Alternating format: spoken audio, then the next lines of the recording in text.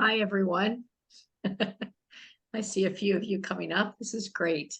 So I'm very excited to welcome you to our fourth meeting.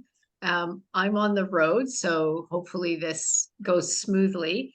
And Amanda's almost here. Apparently, there's a huge snowstorm in Calgary, so she's working her way through the snow to get to her computer. So we can all feel very sad for her, especially those of us in Eastern Canada where it's beautiful. And it's apparently going to go up to 20 tomorrow. So we should be, I don't know, I guess we can be very sad for her and very happy for us. I just want to tell you a couple of things that are happening that I think could be of interest. So on November 10th, CAP Canada, which is the organization founded in Canada to teach the social doctrine of the Catholic Church, is having a Friday session in Toronto. And one of the main speakers is talking about Blessed Bishop Von Galen. And so he was a bishop who was called the Lion of Munster. And during the Second World War, he spoke out very strongly against the Nazis and their euthanasia program and had such a tremendous effect. So they're going to be doing a presentation on him. And then the next day, St. Monica's Institute, which is a formation for lay Catholics in Toronto, will be doing a full day conference with different speakers speaking about different things. I will be speaking about personalism and in particular Robert Spayman and his kind of his view of the person in kind of, it's like he's a Catholic philosopher and how that might impact how we're dealing with euthanasia in this country. So I think it'll be interesting. So if you can come, that would be great. I will send out some information for you with the email. The other thing that I have prepared the videos. I'm just having a little tussle with YouTube about getting authorized to load up videos that are more than 15 minutes long. So once YouTube lets me do what I want to do, they'll be up and I'll make sure you have them access for them. And then the other thing is we really appreciate your feedback. So if you have any feedback on how we're running these things, or if you'd like to see something done differently or spend more time, please let us know. We're really looking to improve this every time. And so the way we'll do this is Amanda, when she gets here, which should be pretty soon, she just told me she's just about here. And then we're going to talk through this next letter, which I found super interesting considering the state of the world today. I thought it was almost like he could have written this letter today. And so we'll talk about it for a little bit and then we will open it up for discussion. Oh, here's Amanda.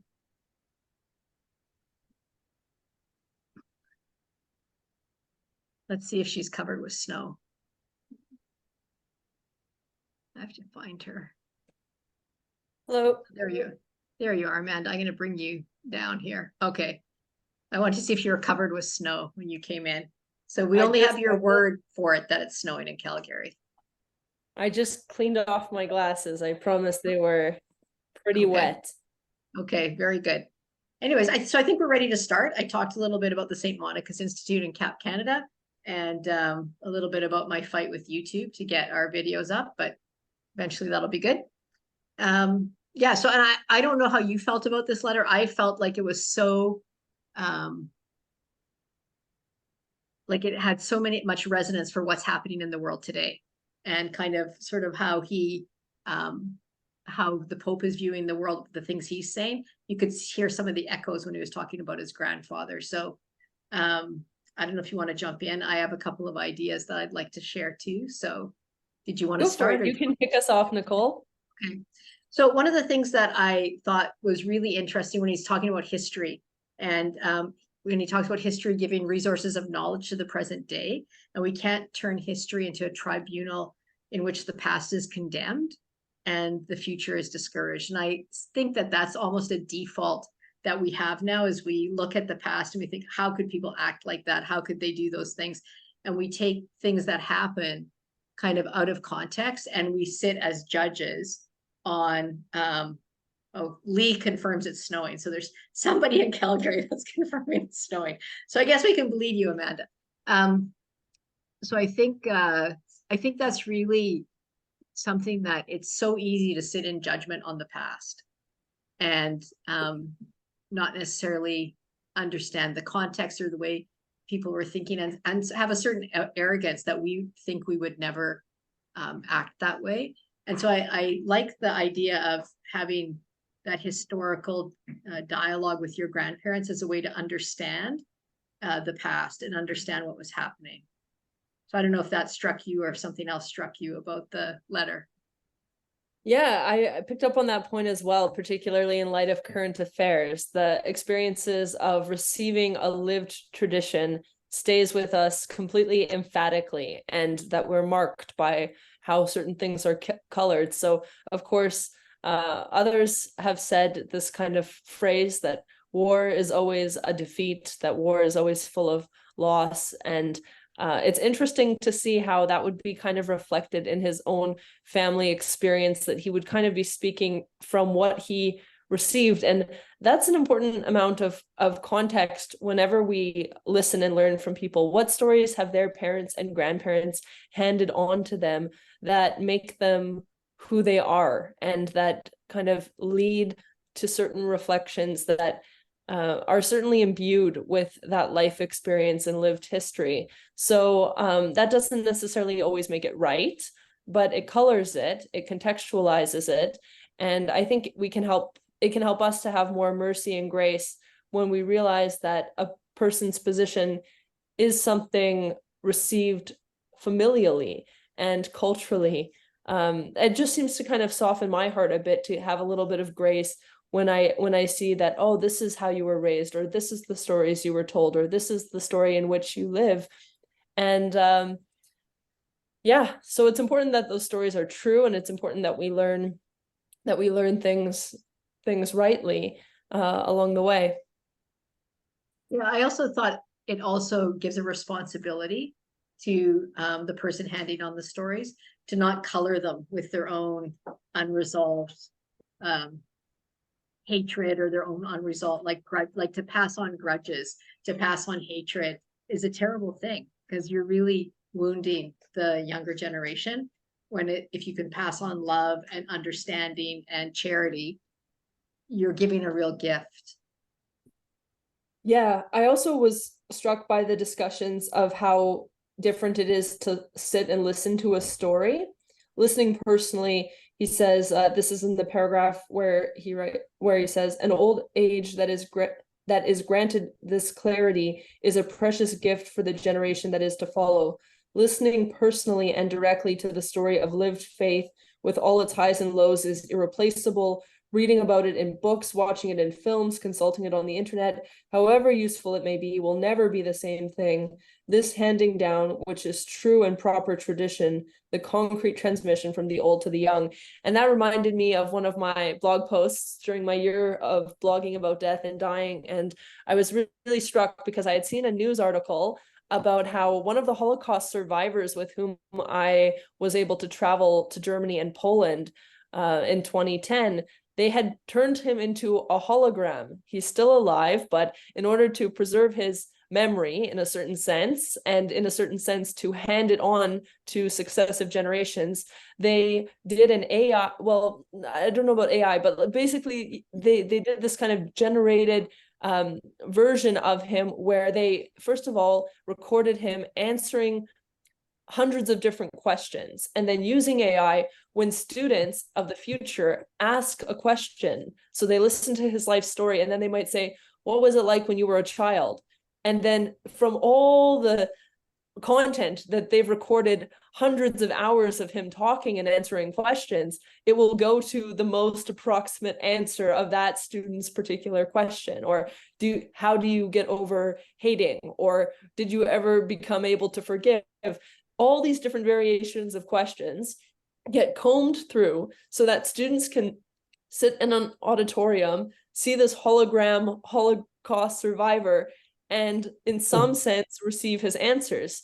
Now, of course, when I'm watching this, I first of all find it a little weird, but second of all, I was just full of overwhelming appreciation that I actually got to hold his hand and walk with him through Majdanek, the this horrible sight where his twin sister and parents were murdered on the same day, and he just remembers seeing his twin sister's braid at that concentration camp and hearing his story in those places. So I couldn't help but think about the difference of a hologram Holocaust survivor versus walking hand in hand through the former camp. And yeah, there are deficiencies when we only learn things from these mediated technologies. And of course, if a student is asking a question and then the person is not answering live, like, do we reflect on the toll that it takes? What does it cost us? Same with like asking people things or like taking an interest in our loved ones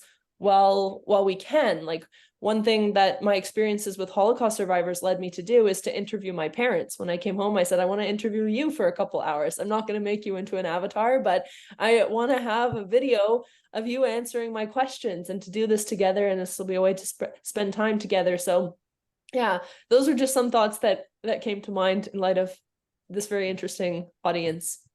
So did your parents feel really nervous? It's sort of like Taylor Swift going out on dates and then writing songs about the boyfriends that she had. And did they feel like you're gonna do some? Anyways, I'm interested. Well, if they didn't have a profound amount of depth, of course, I would diagnose them as radically deficient. No, they had different reactions. At first, they were up for it, and then they were kind of like, "Oh, are you really serious about it? Are we really going to do this?" And I was pretty adamant, and I had to insist on it. And then my dad's twin brother, my uncle, agreed to record it at his house, and it was really cool to start. And apart from watching the video, which we haven't really watched it back, but maybe just a bit here and there, but it was a way to spend time together. And I would say the main value that I learned from that was my parents told stories differently. Not that they weren't true, but when you are telling a story on camera, you naturally want to be at your best, and you naturally want the best version of the story. You speak differently about people, you try and extract the gems of life. And honestly, there's this great phrase in the thought of Dietrich von Hildebrand, where he talks about in conspectu Dei, in the sight of God. And okay, we live our lives, this is also fitting for our discussion of Moses, which we can get into. We live our lives in the sight of God. And how do we kind of approximate that in a secular or in an everyday way?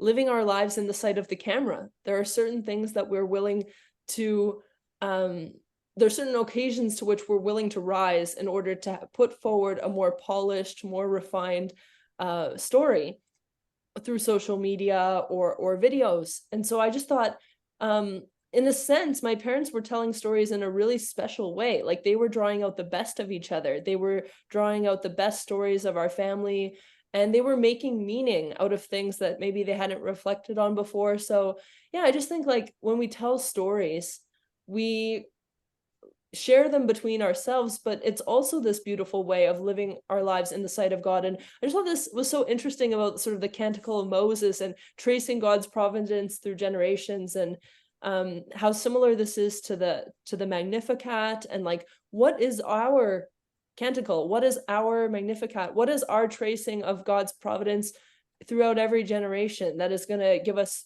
strength and confidence in his fidelity? Yeah, I know. I think that's a really good question. I think that's a great way to reflect on your life a little bit in terms of what's the theme too, right? Sorry. The other thing that, just getting back to the Moses thing in the scene, one phrase that he had that really struck me was the most radical significance of things. That sometimes when we can step back, especially when we get a little older, we can look and see the significance of events that happen to us, the significance of people in our lives, and kind of the significance of the way God has moved in our lives. And I think that kind of deeper understanding is such a gift that we can get as we get older, and that we can hand on to our grandchildren or children. Yeah, that's so true. And I'm just going to read this section because I think it's very beautiful and evocative. This is basically the second paragraph. When Moses pronounces this confession of faith, he is on the threshold of the promised land and also of his departure from life. He was 120 years old, the account notes, but his eye was not dim.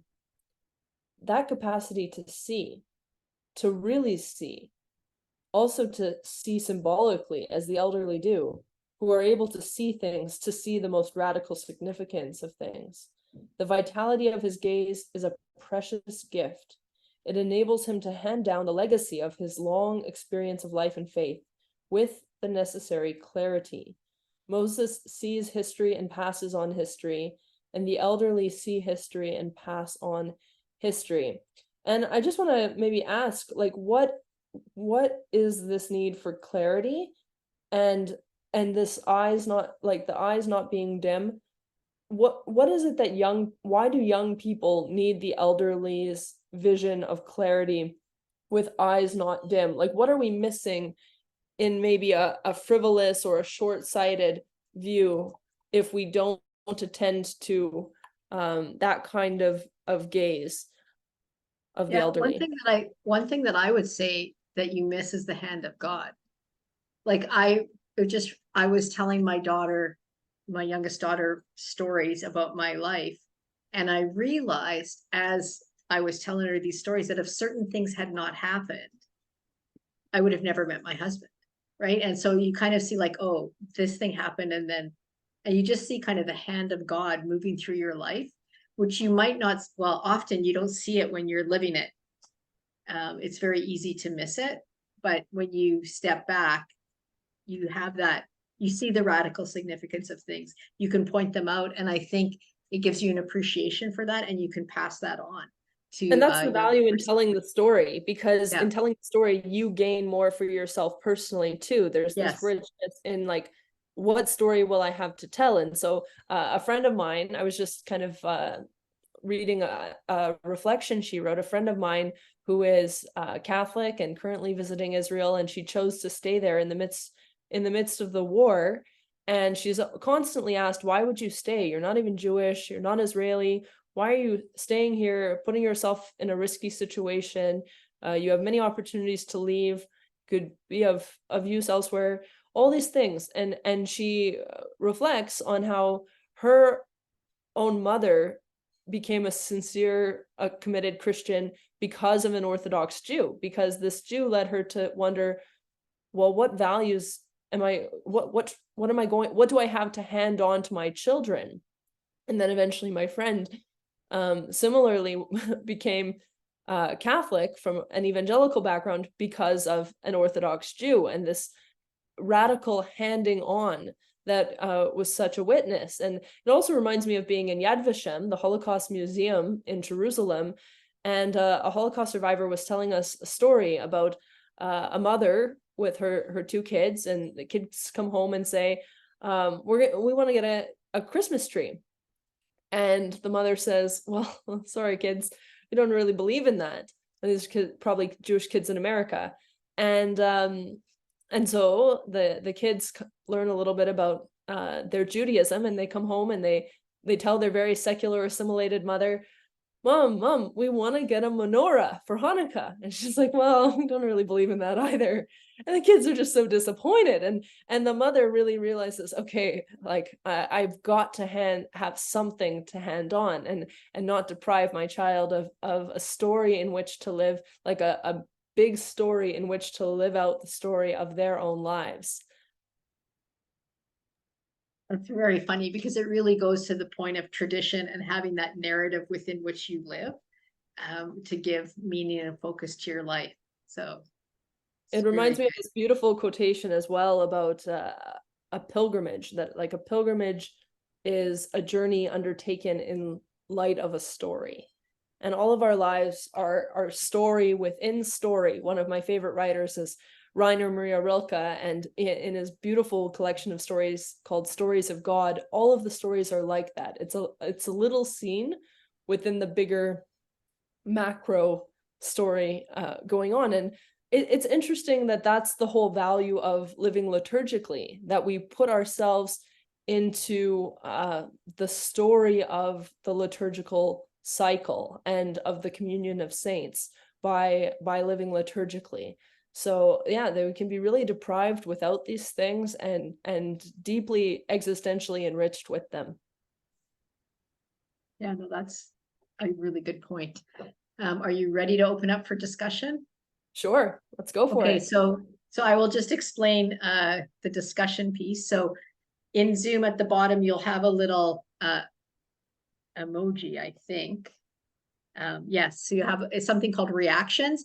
And if you click on that, you'll be able to see raise your hand. If you raise your hand, that helps me because it brings you to the top of the queue and I can pull you down to ask a question or make a comment. If you don't want to ask a question or make a comment, you can type something in the chat and I can read it if you prefer that as well. So you have lots of options for participation here. But I'm interested to know what people think about, or if they've had experience of handing down stories or receiving stories that have really had an impact on them. As they, yeah, I think it can have such a transformational impact on our lives when we become rooted in the stories of our families.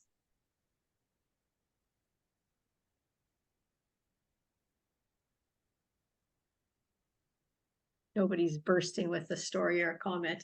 We have to, oh, Shannon. Okay, come on down, Shannon. I'm going to find you.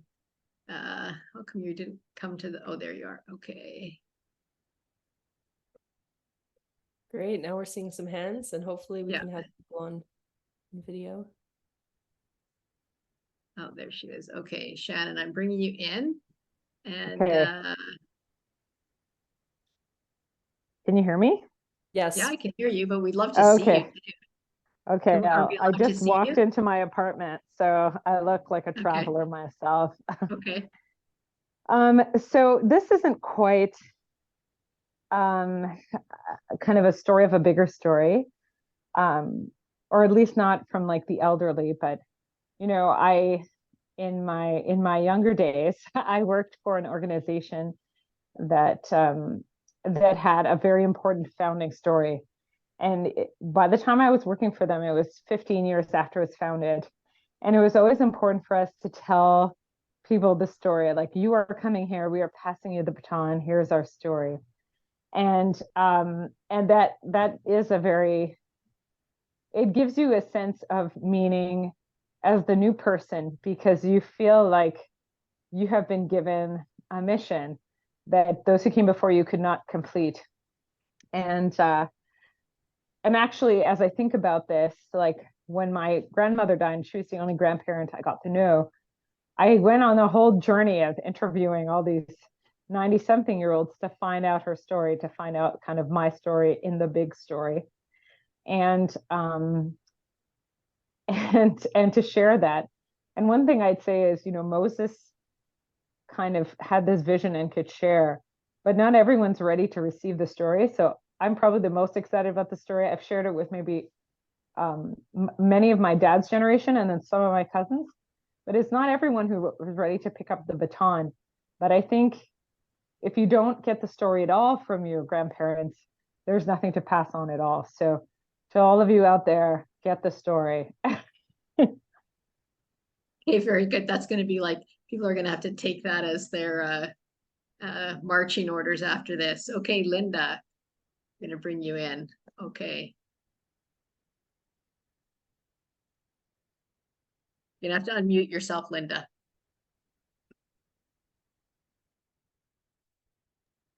There we go. It is. Great. Yeah. Yeah, and I think it's basically seizing the day, like they say, when you know you have the opportunity, seize it. And last year with my mom falling seriously ill, we saw that we needed to get the story sooner rather than later. And so we organized a family reunion. And we were able to share that story. And my daughter and I put together a scrapbook of our family history and what we had. And then we could go to the relatives that are still living, who are in their 70s, 80s, and then we could sit with them and go through the pictures and ask them, and then it brought about stories, and they could tell us stories. And like my great grandmother went down to Boston and they had taken a beautiful picture of her and then they passed it around in the parish. And of course, then there was suitors that were looking for to marry her. So like stories like that, it's like, so it really helped.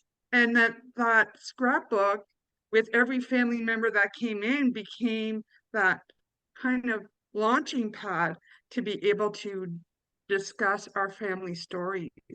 And yeah, and you know, going forward. So it's kind of, it was a neat way Yeah. to get the story and the traditions and all those things. That's so beautiful. And it's so true. You got to grab the moments when you have them. Absolutely. Thank you for that. Just Amanda put in the chat a link to Shannon's story because she interviewed her and wrote a beautiful piece on that. So if you want to read that, it's worth reading. I'll also send it out in an email. Okay, Dorothy, I don't know who's speaking. You guys are down here. There's two of you, so one of you has to say something. Okay. Hello, Nicole. Hi. Amanda. So as you know, Nicole, I'm from a Cree community in Northern Ontario. I was born there and grew up lived there till I was 18. So story is very important, and the impact of the elders in the community they have an honor. It's an honorary title. You become an elder, and it's a position that's super important.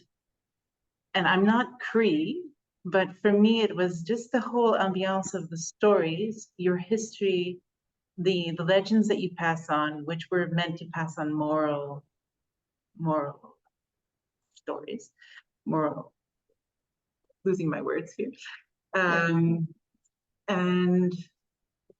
it struck me the way of growing up as being, you have to tell your story, especially as when you're a minority and you want to keep your culture and you want to assure that your grandchildren, everyone will remember, and it's very linked to language and it's linked to faith. And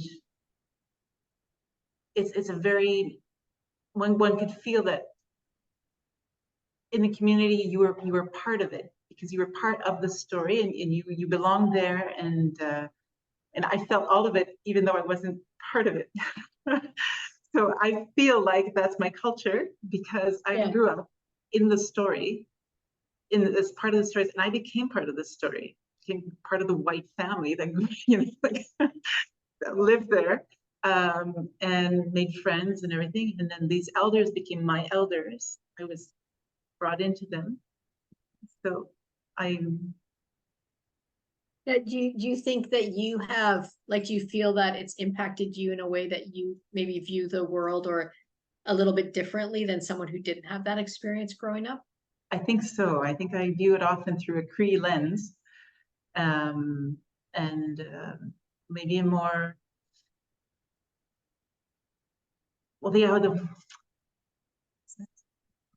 sense of community is very, very strong, and that you're not, so that it helps me where I'm living now. I try and I want to get to know my neighbors, all these things, so that they become part of my story. They're not just these figures across the fence, like each, I feel like these are people I know already, but I just don't know them yet.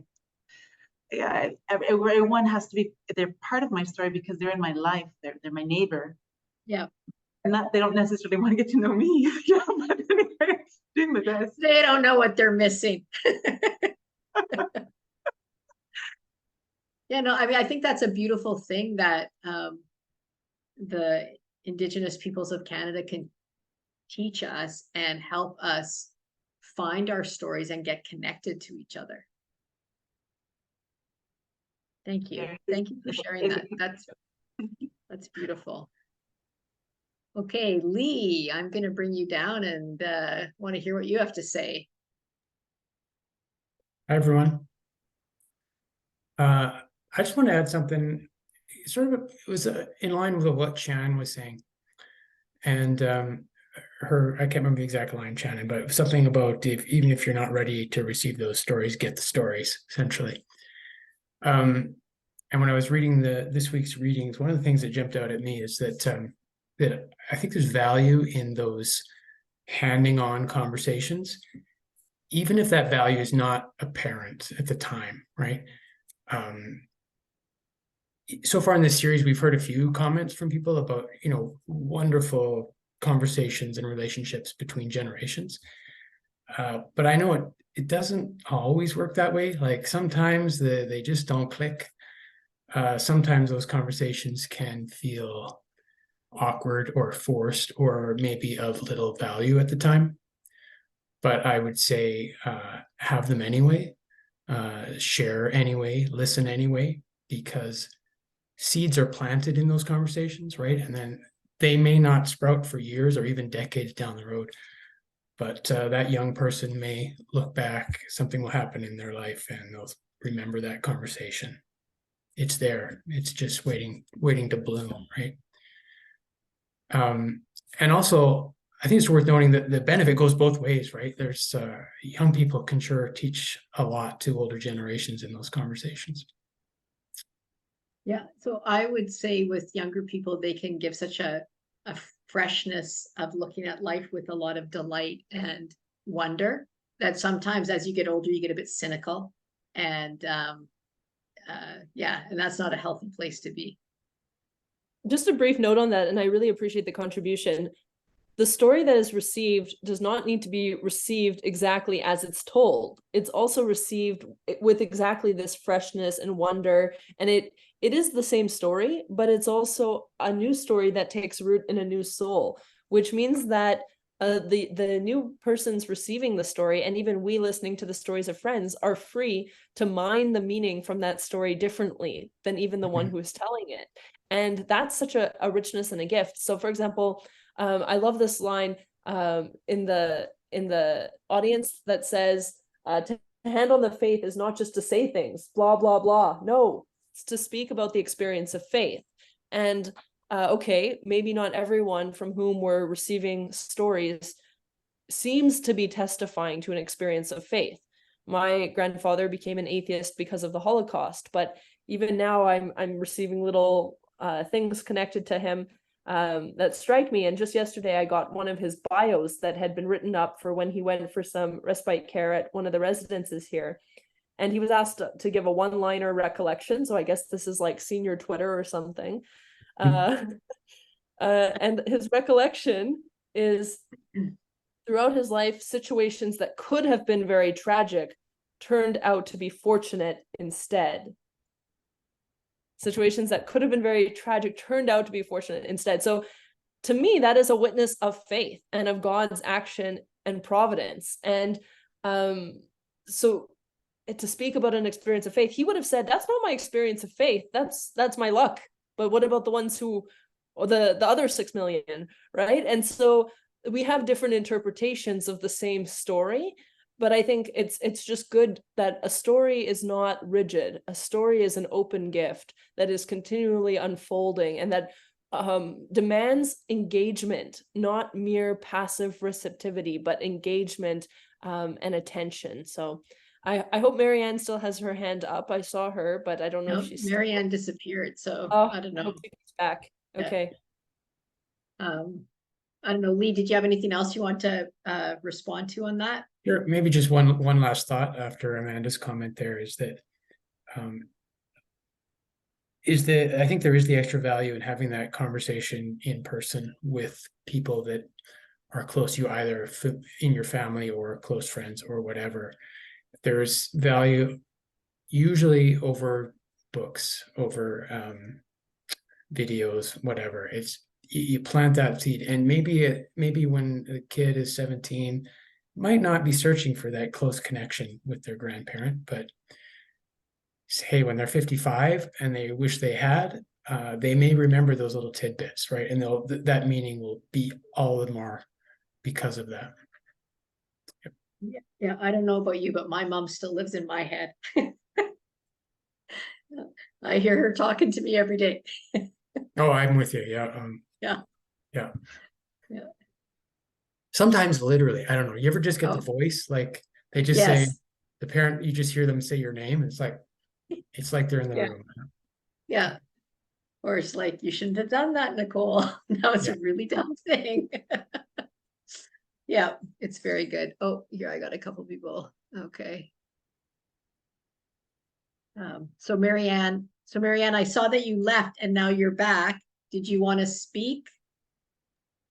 She just reconnected to audio. So Marianne, if you're able to speak, we'd love to hear your contribution now.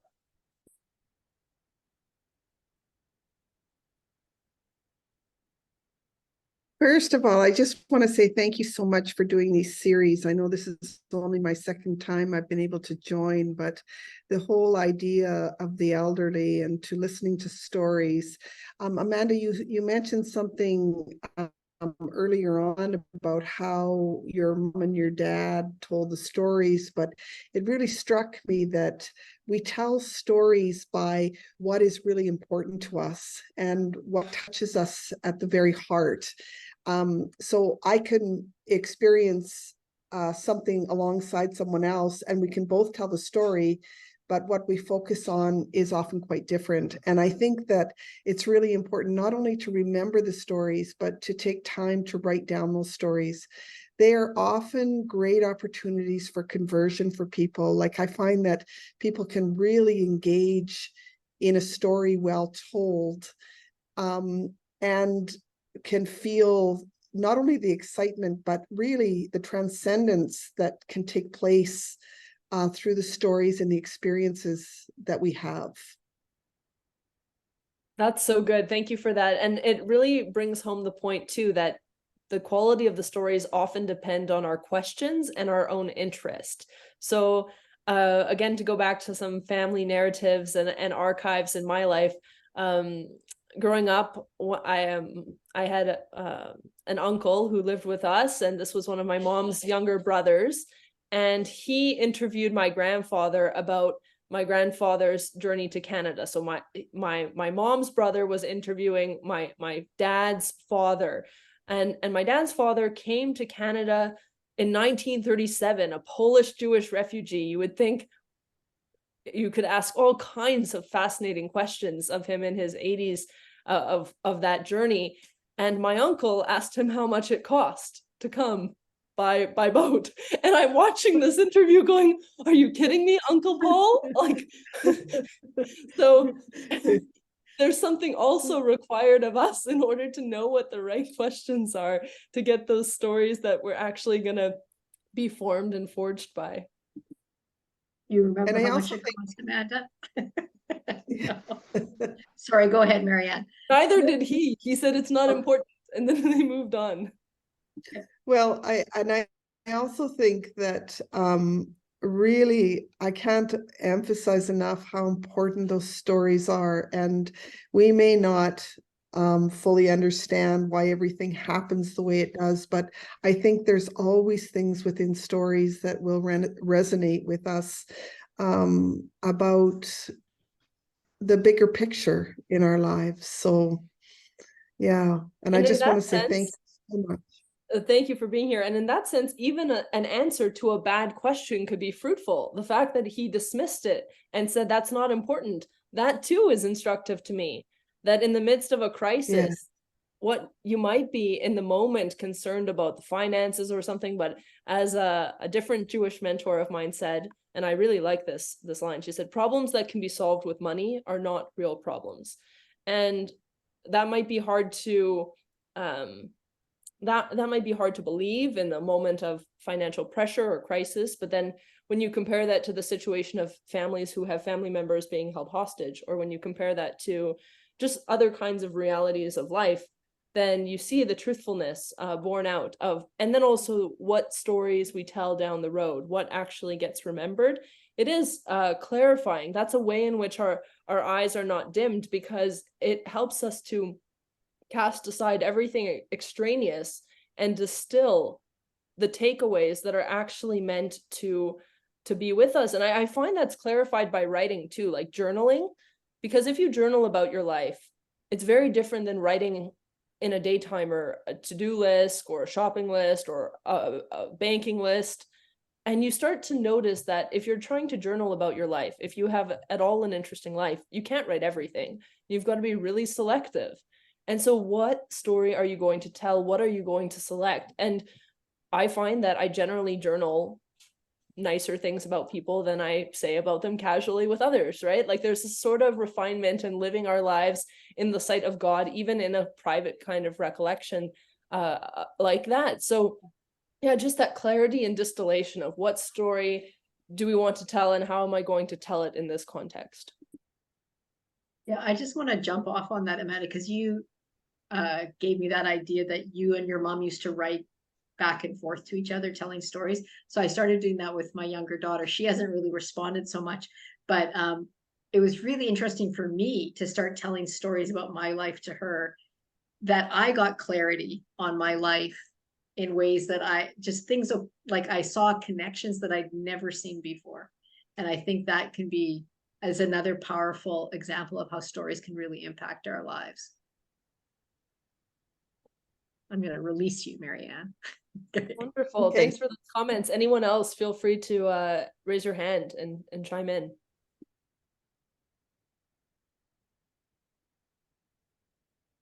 Linda, okay.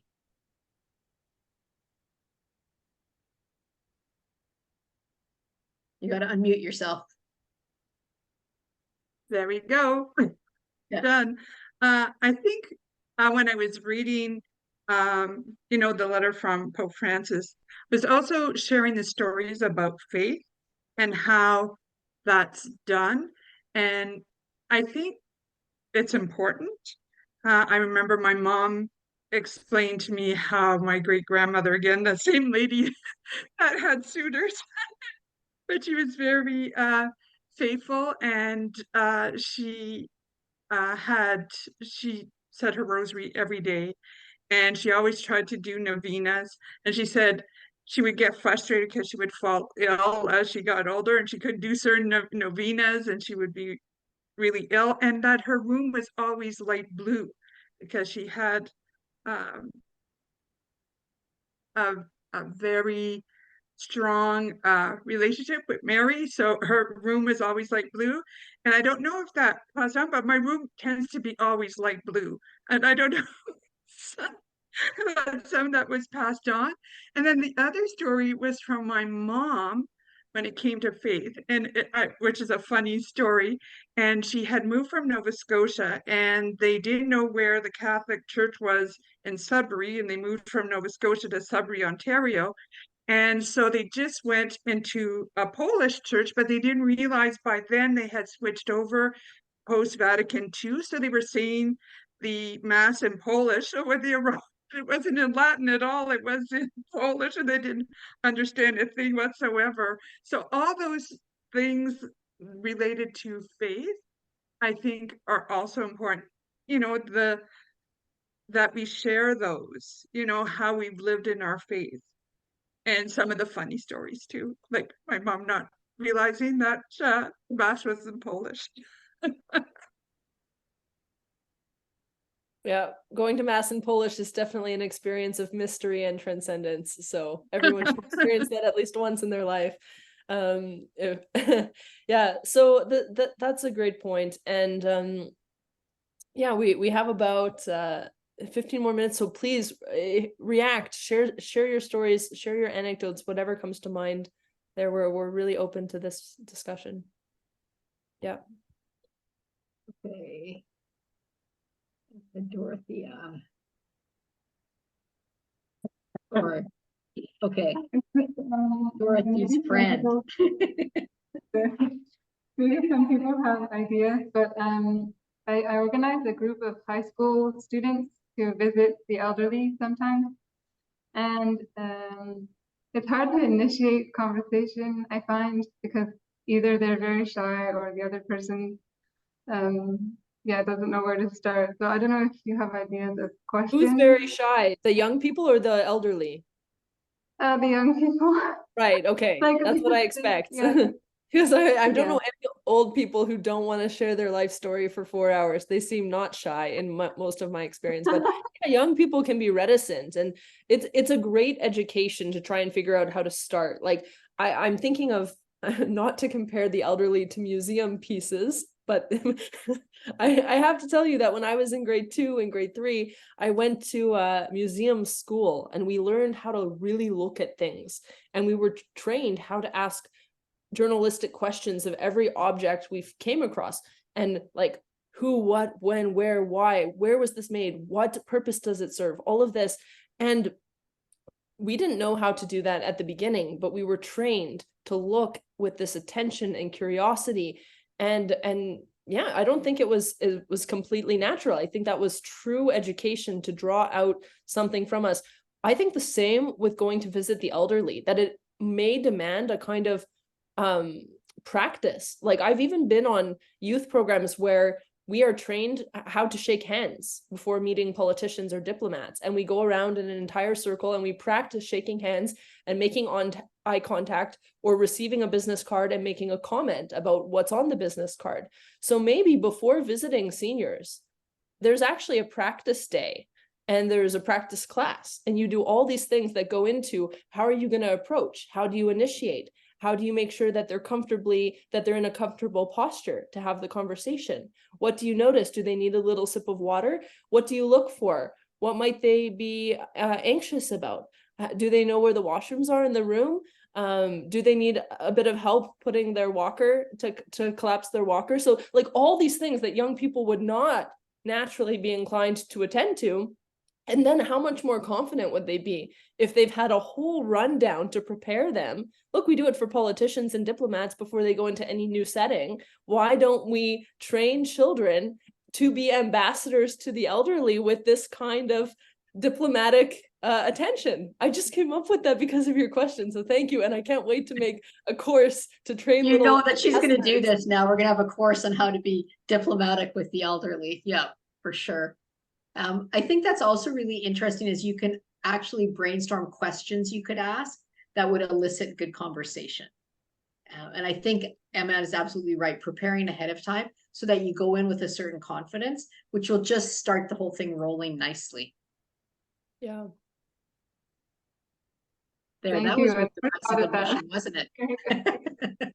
Yeah, I love that question, and I love what it elicits, that we all are ambivalent. Even just at the diocesan wide open house I organized, we had a priest who's not a super young priest, not a super old priest, and he was on the panel titled "Tell Me About the Hour of Death." And he spoke very candidly about how even for him as a priest with all his seminary formation, and whose literal job it is to go visit the sick and bring the sacraments to them, he's like, I'm nervous and uncomfortable and it's scary at the beginning. And he was saying all of this very candidly. And then he was like, and what is my resource and what is my consolation in the midst of what could otherwise be kind of uncomfortable and awkward? Well, he's like, the rituals of the church, like at least I don't have to make it all up as I go. And so I think it could be the same with the kids, where not that they're doing the same activities, but that those activities are kind of like, okay, we know how to spend time together, at least initially. And I think back to during the pandemic to how a church had suggested that young adults pray the rosary with seniors. And maybe it started out that way for the first couple sessions, that people who were otherwise going to have a hard time initiating a conversation and making a conversation flow, they would pray the rosary. But after a few times, it quickly became conversation, and it became more awkward to pray the rosary than not just to have a conversation. But that flipped, because at first it was awkward to talk, and it was like there was ease to pray the rosary, but then it flipped and it was more awkward to pray the rosary and just more easy to speak. So it's very interesting how this kind of can develop. Yeah, I think that's really important that you recognize that there are certain barriers to conversation or to interacting, especially when you don't know the person, or there's Like I find some people, and maybe it's because of the experience they have, they're just so good at sitting down and speaking with older people who they don't know. And they just have such a great manner about them. And I think that probably comes from the fact that they had warm relationships with their grandparents. And so they have something to draw on. But when you didn't have that, you kind of need practice. You need a little bit of a framework in which you know how to respond or approach the person without feeling awkward and without putting up unnecessary barriers. Yeah, and I think the affirmation that comes from knowing that there's a sense in which people are waiting to be met by you. And I'm just remembering this Jose Maria quote that says, like, when you approach the tabernacle, remember that he's been waiting for you for 20 centuries. And for a young person approaching an elderly person, it can seem like they've been waiting 20 centuries too for how excited they get by the visit, right? And there's just such a yearning and a longing to be met and to finally be discovered and to be met with a look of reverence and attention. So I think also encouraging young people to know, like, the older people are waiting for you. They've been waiting and waiting and longing, and now here you come, because that doesn't only affirm the elderly, that really affirms the young people that they have a mission. I think one other way we can do that, if you don't mind me jumping in, is for us middle-aged people, you laugh, Nicole, you can invite older people to your house and let your younger ones see how really nice they are, and they like being around the noise, to a certain amount, the confusion, and just the way we interact with them is an experience for them to interact with them too, and then kind of withdraw yourself for 15 minutes to 20 minutes and let them have the fun of finding out. And I always say 3 topics are really good: food, how they traveled between school and home, and what they did for fun, as teenagers. What did the old people do for fun? And it's quite fascinating, the answers you get from those 3 areas of discussion. What did you do for fun, Peter? Well, I'm not old, so I've got a long way to go. But I'm still curious. What did you do for fun when you were a teenager? What would you what would I you used say? to enjoy reading, and I used to enjoy experimenting with chemicals. And my mom let me do that in a back room in the house, which was quite amazing. I think I grew up in India. I wasn't growing up in a big spacious house in Toronto. So I thought maybe you were Blow going a anything different up? way there, Peter. I thought, yeah. what way did you think I was going, Lee? Well, you were talking about experimenting with chemicals as a teenager. I was going somewhere else. I'm sorry. I Oh, think that that's kind a of strong chemical. basis for connection with the That current was in the generation. last millennium I was talking about. Yeah, maybe that's how you really relate to them, and why it's such a good question for you. Yeah, maybe. Yeah, could be. And as Nicole knows, I like food. So, talking about what kind of food they grew up and, the months of the year, what kind of food they got. And now we get that same food all year round. And so it gets into interesting discussions. Very good. See how blessed we are to a certain extent. I think young people are often very fascinated by Yeah. how older people spent their teenage years. Yeah. Because it can seem, I mean, in some ways it's the same, right? Like there's a lot of similarities, which makes the other person feel more like you can relate to them. Yeah. I remember once, this was a discussion happening at a retirement home, and somebody was talking about, I think it was a first date, and he said, yeah, it was a first date. It was a first kiss. It didn't go well. And he still remembered it, like, I don't know, 50 or 60 years later. It was very funny. Yeah. So. Wow, and Well, not only did it's he not 30 years. remember, not only did he still remember it, but the story is still being told and handed Yes, on. exactly. The tradition continues even on the Age to Age webinar. Yeah.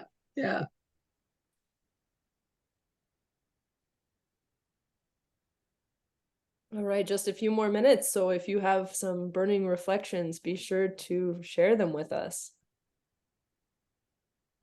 Including if anyone would like to point out a line of the text that particularly struck you. Yeah. Okay, we're bringing you in again, Dorothy. Okay, I was just going back to, I think it was Marianne, no, not, I don't remember who, but maybe Marianne, talking about writing our own stories, like journaling and all that. And I think, and how we can see the hand of God in our lives when we tell the story, like we were saying, Nicole, there. And I think that has been super helpful for me, explaining, well, I can tell, I don't mind telling everyone here that I had a depression for 13 years. And I was able to, just being able to write journal through those years, and to be able to say, and to read back again, and to see the hand of God in everything. I can say that all of it was a gift for me, because it helped me to understand myself and understand other people's stories. And then I was able to see, yeah, how everything happens for a purpose. And anyway, I find it very, very important to remember our history, our very recent histories, so that we reread it, we grow from it, and we keep looking back, and we say, this is the stage where I went to, and this is now I'm where I'm at now. This what happened here in this year helped me with what's happening with here now. And anyway, I found it, and telling those stories help other people to tell their own stories, because sometimes they don't want to talk about these things. But when you share your own, you think, oh my gosh, that's exactly how I feel, you know, and so then you help them develop an inner light into their own lives, and they suddenly start being able to verbalize their own story. Yeah, no, I think that's so true. When you are vulnerable and open up with your story, it allows other people to have the space to do the same. Absolutely. Okay, we're going to go to Shannon for the last comment before we wrap up. So Ooh, Shannon, I'm honored. you are Can you honored. hear me? Yeah, we can So hear you, I but we'd can't like turn to my see camera you. on. I know I'm driving though. I don't want my mom to Okay. think I'm like doing bad stuff. She's listening. Okay. Anyway, She's just so gonna know you're doing bad stuff. Okay. that's true. She's gonna know. It's so one of the things, you know, that I think about in thinking about this whole, the Moses talking about his faith at the end of life and the overcoming, is that, you know, whatever generation you're in, it's whatever you're in, you feel like that's the way it is, and that's the way it's always been. And, you know, if you think about that experience of Moses, they were just, you know, lost in the desert for 40 years. And the kids who would have been kids then didn't know about slavery in Egypt, and they didn't know about escaping slavery in Egypt and the works that God did and all of this stuff. And they might have been like, oh, my life is so hard in the desert, without any sense of perspective. And I think about that today as well. We're in a time of people tearing down monuments and all of that. And then we're in the same time, so we're in the monument tearing down time, but we're also in the time of the 30-second news cycle, where people are constantly on Twitter and constantly getting information about the present. It's like present, present, present. And can tend to, I think, get into despair, like, oh, this is the worst time that's ever been, and look at this terrible new thing that just happened. And if they had a bit of perspective that comes from that walk in the desert over 40 years, that can only come from the people who walked in the desert, they might not be so, you know, despairing. And I think that this is another thing that's needed and that is lacking in our society, especially as people don't get the exposure to their grandparents because of us, you know, everyone living across the continent. We lose a sense of historical perspective, and that can create a vulnerability. And in parallel, you know, having that broader historical perspective can give hope of the kinds of things that can be overcome when the present is overwhelming. So anyway, I just wanted to share that as a thought in, oh, look, I'll turn on my camera, but I don't think you can see me. Okay, very good. No, I think that's such a good point about the role that history plays in giving us context for our lives, so we can kind of see things in a wider context. Thank you so much for that. Thank you so much, everyone, for all your wonderful comments and contributions tonight. It was really great. Amanda, I'm going to turn it over to you to wrap up. All right. Yeah. Thank you to each and every one of you for being here. We so appreciate you joining us, and feel free to spread the word about the series to others who you think might benefit from it. Our next meeting will be on November 6th, Fidelity to God's Visitation for the Next Generation. So do join us then, and you'll get the email. We will be putting out the recordings, so stay tuned if you'd like to watch previous sessions. Yeah, now we're just gonna close in a quick prayer. Father, Son, Holy Spirit, amen. Lord, thank you for this opportunity to come together once again and reflect on this beautiful series of Pope Francis's Catechesis on the meaning and value of old age. As we take these biblical exemplars, help us to hold in our hearts all that we have explored together. We know that Pope Francis speaks about how this alliance between old and young will save the human family.